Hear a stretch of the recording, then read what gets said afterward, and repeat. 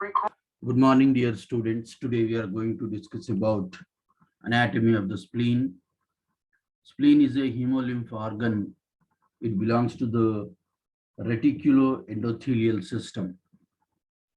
It is a second lymphoid organ. Pleural cavity separates spleen and diaphragm from the rib.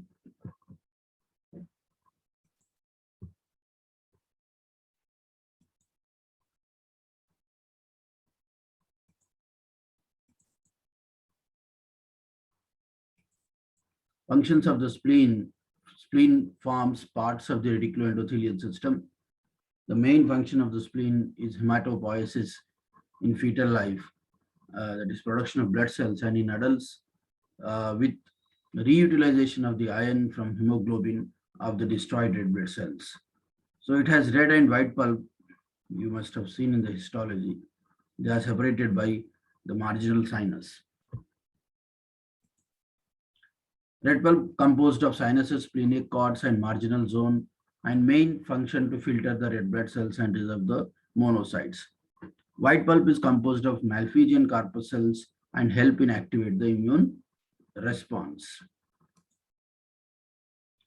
Spleen develops from the mesenchymal cells in the dorsal mesogastrium during the 5th week of intrauterine life.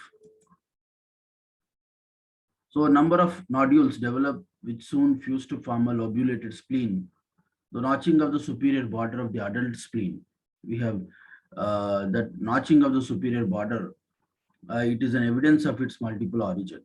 These nodules which fail to fuse, they form accessory spleen. Accessory spleens, these may be found in derivatives of dorsal mesogastrium, in broad ligament of the uterus, and in the spermatic cord. Position of the spleen. It lies between the fundus of the stomach and diaphragm. It lies in hypochondrium and epigastric region. It extends in between 9th to 11th ribs. It extends between 9th to 11th ribs.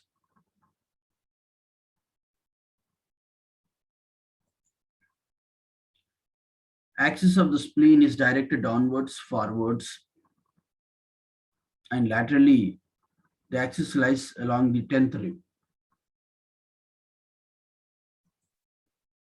Measurements of the spleen. There is a dictum, that is Harris dictum of odd numbers on the spleen, that is 1 inch thickness. Thickness is 1 inch and 3 inches breadth, 5 inches length, and 7 ounces in weight. That is about 150 to 200 grams. That is Harris dictum of odd numbers on spleen, that is 1, 3, 5, 7, 9, 11. That it is related to the ribs, 9th, 10th, 11th.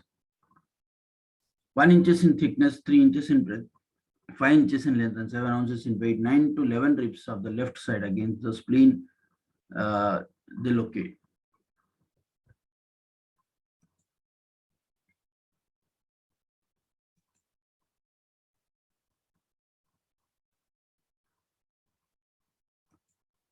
Let us discuss about the external features of the spleen. It has two ends, medial end or the posterior end, and lateral or the anterior end. 3 borders we have: superior border, inferior border, intermediate border. 2 surfaces we have: diaphragmatic surface and the visceral surface. 2 angles we have,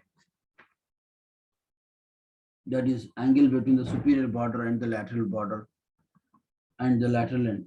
Posterior, then posterior basal angle we have, then the hilum of the spleen. So these are the various features of the spleen. The anterior or the lateral end, it is expanded more like a border. It is directed downwards, forwards, and reaches mid-axillary line. The posterior or medial, it is rounded and directed upwards, backwards, medially, and rest upon the upper pole of the left kidney. 2 borders, superior border, it has notches near the anterior end, and notches indicate the spleen lobulated in development.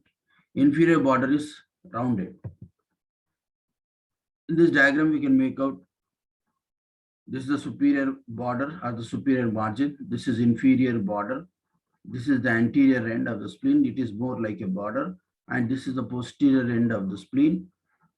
Okay, this is the costal surface, two surfaces I told you. And this is the diaphragmatic surface. So if you see the diaphragmatic surface, the diaphragmatic surface is convex and smooth. It is related to the various structures. Like it is separated by diaphragm by a recess of the greater sac of the peritoneum. Then it is related to the lower border of the left lung and left pleural sac. And it is related to the costo-diaphragmatic recess. And 9th, 10th, 11th ribs on the left side along the intercostal spaces. So these are the relations of the diaphragmatic surface. Okay. So costo-diaphragmatic recess and 9th, 10th, 11th ribs of the left side along with the intercostal spaces, they are related to the costal surface. Whereas visceral surface, it is concave and irregular.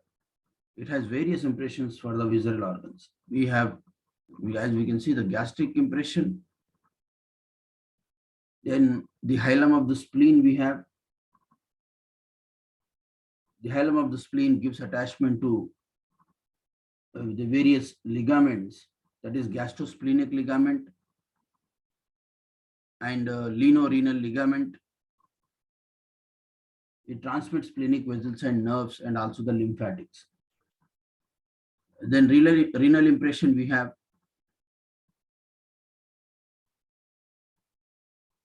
It is related to the kidney renal surface or the renal impression, that is left kidney, and it is situated behind the gastric impression. It lies between the inferior and the intermediate border, this impression. Colic impression, it is related to the left colic flexure situated in front of the lateral end, and lower part of this impression is related to the phrenicocholic ligament. Pancreatic impression related with the tail of the pancreas.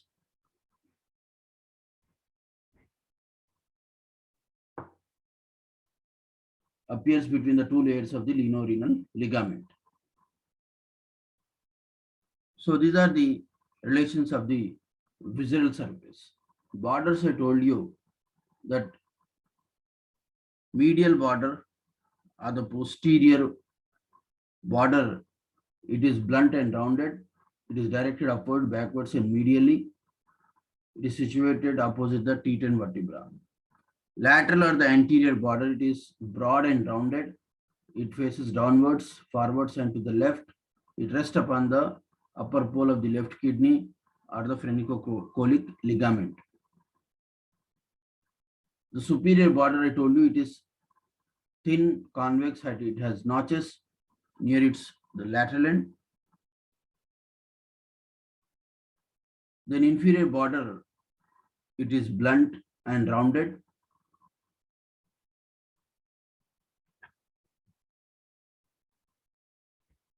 So we have discussed the relations already in the previous slide about the diaphragmatic surface relations, diaphragm, left lung, pleura, costodiaphragmatic recess, 9th, 10th, 11th ribs on the left side.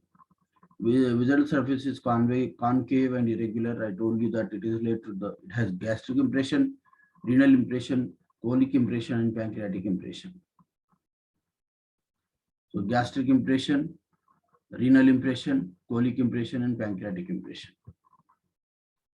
Angles, we have anterior basal angle between the superior and the lateral end, superior border and the lateral end.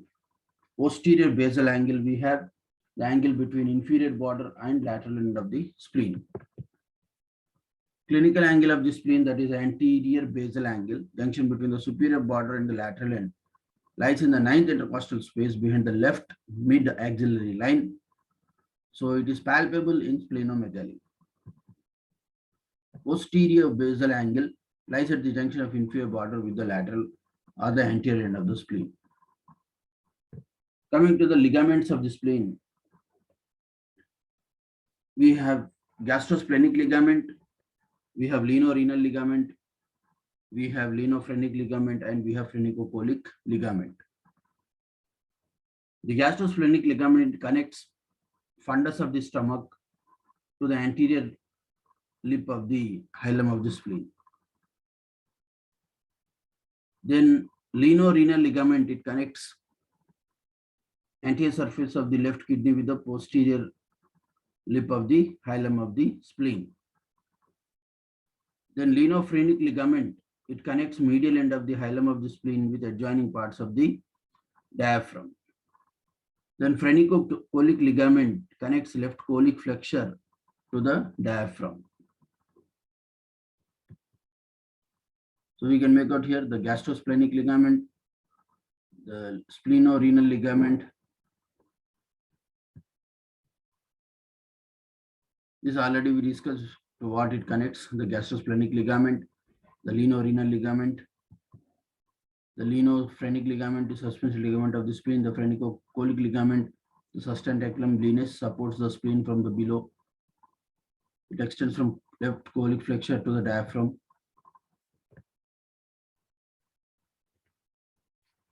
Blood supply.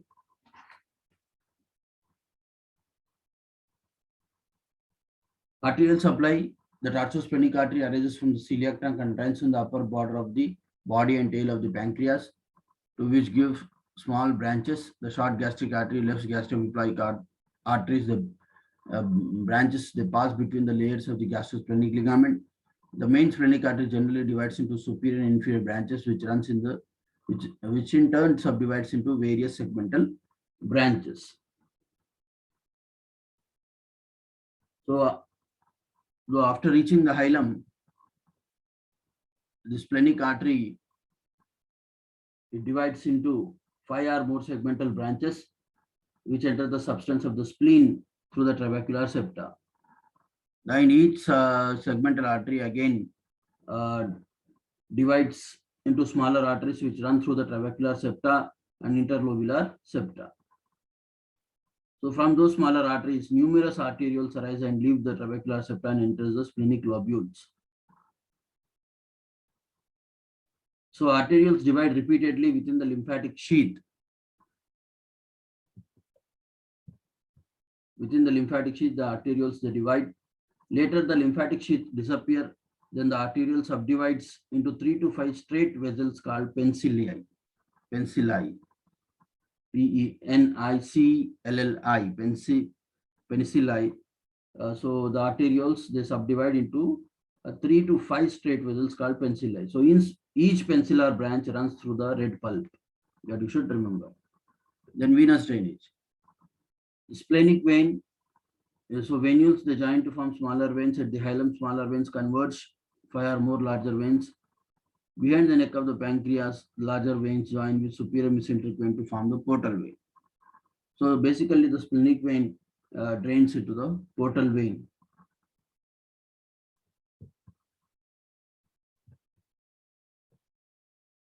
Nerve supply, celiac plexus predominantly. And celiac plexus also supplies blood vessels and smooth muscles present in the capsule.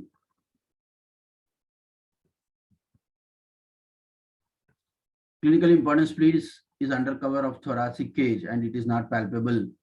Splenomegaly, enlarged spleen due to cancer, specifically blood-based leukemia. Asplenia, where the spleen is not present. Hyposplenia, reduced splenic functions. Splenectomy is particularly liable to rupture in falls and automobile accidents, and bleeding from it difficult to control, and splenectomy should be done. A splenectomy is a surgical procedure that partially or completely removes the spleen. So about the lymphatic drainage, It consists of subcapsular and perivascular groups which meet at the hilum and opens into the pancreatico-splenic lymph nodes. That you should remember. So with this, we have finished the anatomy of the spleen. You should remember various features of the spleen and relations of the diaphragmatic surface and uh, relations of the visceral surface. Thank you very much.